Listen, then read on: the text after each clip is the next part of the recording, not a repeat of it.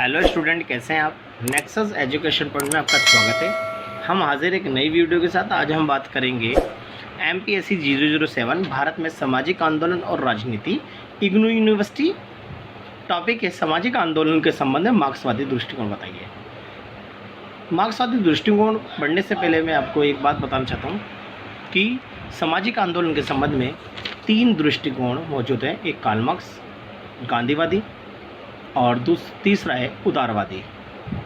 तो ये तीनों दृष्टिकोणों को एक साथ भी पूछ सकता है या अलग अलग तरीके से, लेकिन हम इस वीडियो में कार्ल मार्क्स, उदारवादी और गांधीवादी विचारधारा जो है हम अलग अलग तरीके से बताएंगे। अगर क्वेश्चन आता है मिला के तो आप दोनों को मिला के आप आंसर लिख सकते हैं। चलिए बात करते हैं। कार्ल मार्क्स का जन्म 5 मई 1818 में पर्शा यानी जर्मनी में एक यहूदी परिवार में हुआ था। तो यानी पर्शा जो है वो जर्मनी में है।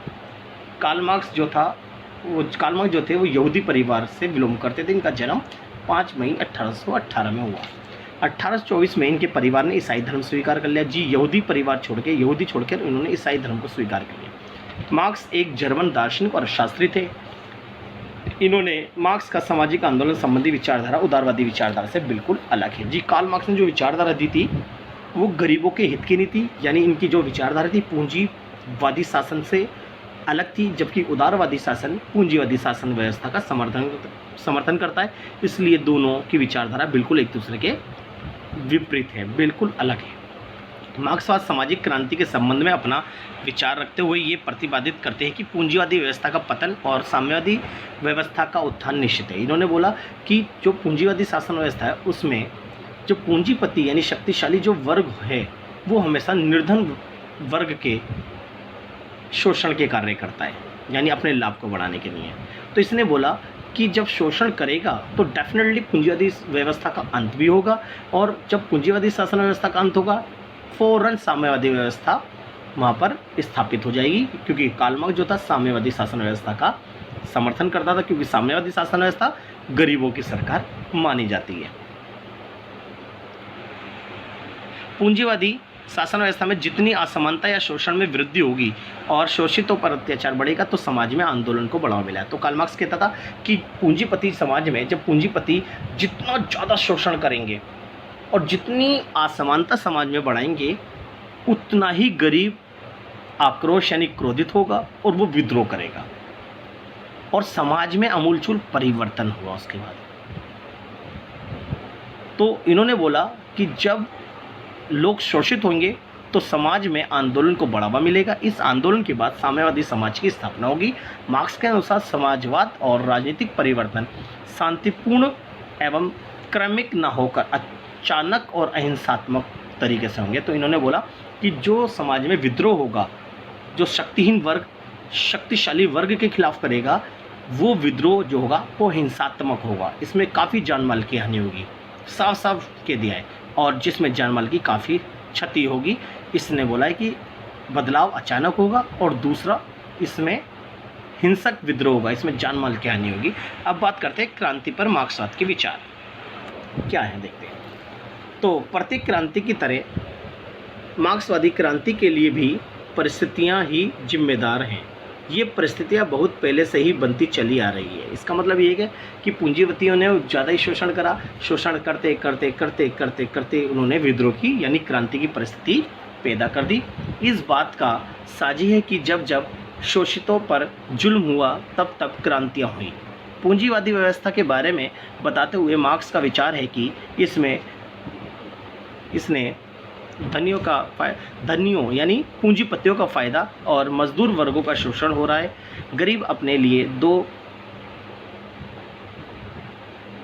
दो शाम की रोटी के लिए संघर्ष कर रहा है, जबकि अमीर वर्ग इन्हीं के श्रम से भोग विलास से परिपूर्ण है जीवन व्यतीत कर रहा है। अतः ये व्यवस्था अत्याचार, अन्याय, अमानवीयता और शोषण से परिपूर्ण है।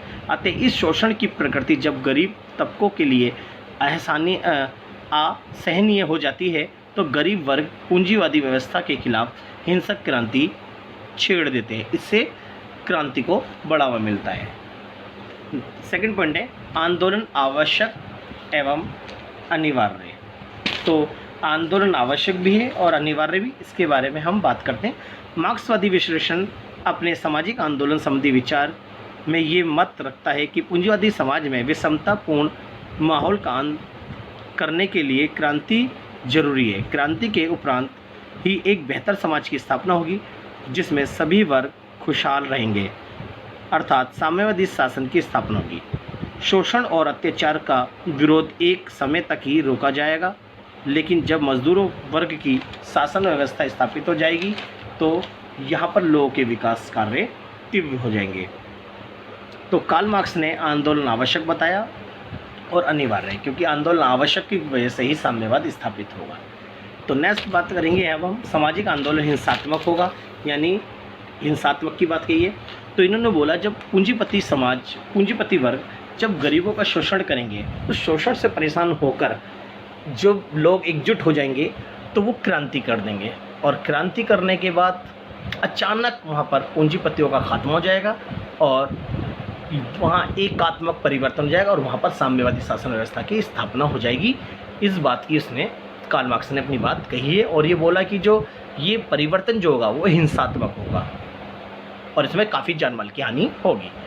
नेक्स्ट है गरीबों की विषय सुनिश्चित। इन्होंने बोला कि समाज में जब दो वर्ग होंगे, अमीर और गरीब, यानी शक्तिशाली वर्ग और शक्तिहीन वर्ग, तो इस क्रांति में उस वर्ग की विजय प्राप्त होगी जो जिसकी सदस्य संख्या ज़्यादा है। तो समाज में पूंजीपति कम होते हैं, गरीब ज़्यादा होते हैं, इसलिए गरीब वर्ग को जो है सारे पूंजीपतियों को खात्मा कर देंगे और समाज में गरीबों की विजय ज़रूर स्थापित होगी। और गरीबों की जब विजय सुनिश्चित होगी तो गरीबों की सरकार की स्थापना होगी, और जो गरीबों की सरकार होगी वो साम्यवादी, और साम्यवादी शासन व्यवस्था आने के बाद गरीबों का विकास होने लगेगा। नेक्स्ट है समाज में संपूर्ण समस्याकरण आर्थिक शक्ति। कि कार्ल मार्क्स ने बोला कि जो समाज में संपूर्ण समस्या का जो कारण है ना वो आर्थिक शक्ति है। क्यों? प्रारंभ में जब पूंजी जो स्वार्थी लोग थे उन्होंने समाज की संपत्ति या संसाधनों पर अपना अधिकार जमा लिया और उस संपत्ति और संसाधनों को उन्होंने उसको बढ़ाया और एक वक्त ऐसा है कि पूंजीवादी शासन व्यवस्था स्थापित हो गया। अब उस पूंजीपति वर्ग ने इस आर्थिक शक्ति के माध्यम से राजनीति को भी अपने फेवर में कर लिया, क्योंकि उसे पता था कि अगर गरीब वर्ग का मैं शोषण करूंगा तो शोषण के बाद वो सरकार के पास जाएगा, सरकार के पास से जाएगा तो पुलिस के पास जाएगा। इसलिए पूंजीपति वर्ग आर्थिक शक्ति के माध्यम से बड़े बड़े राजनेताओं को चुनावों में पैसा लगाते हैं, और जो राजनेता जीतते हैं वो पूंजीपति वर्ग के फेवर में होते हैं, और जितने भी कानूनों और जो आर्थिक कानून बनते हैं वो सब पूंजीपति वर्ग के हित के लिए बनते हैं। इसलिए वो इस आर्थिक शक्ति यानी राजनीति को अपने फेवर में करके वो गरीबों का शोषण करते हैं, और गरीबों का शोषण करने से ही क्रांति को बढ़ावा मिलता है। यानी पूरी समस्या यानी समाज की सारी समस्याओं का जो कारण है, समझे, वो है आर्थिक शक्ति, जो आर्थिक शक्ति पूंजीपतियों के पास मौजूद है, और इस आर्थिक शक्ति को केवल क्रांति के द्वारा ही समाप्त किया जा सकता है। तो ये हमने पढ़े सामाजिक आंदोलन में कार्ल मार्क्स के विचार। आई होप आपको अगर वीडियो अच्छी लगी हो तो हमारे चैनल को सब्सक्राइब करें, ज़्यादा से ज़्यादा शेयर करें, लाइक कमेंट करना ना भूलें।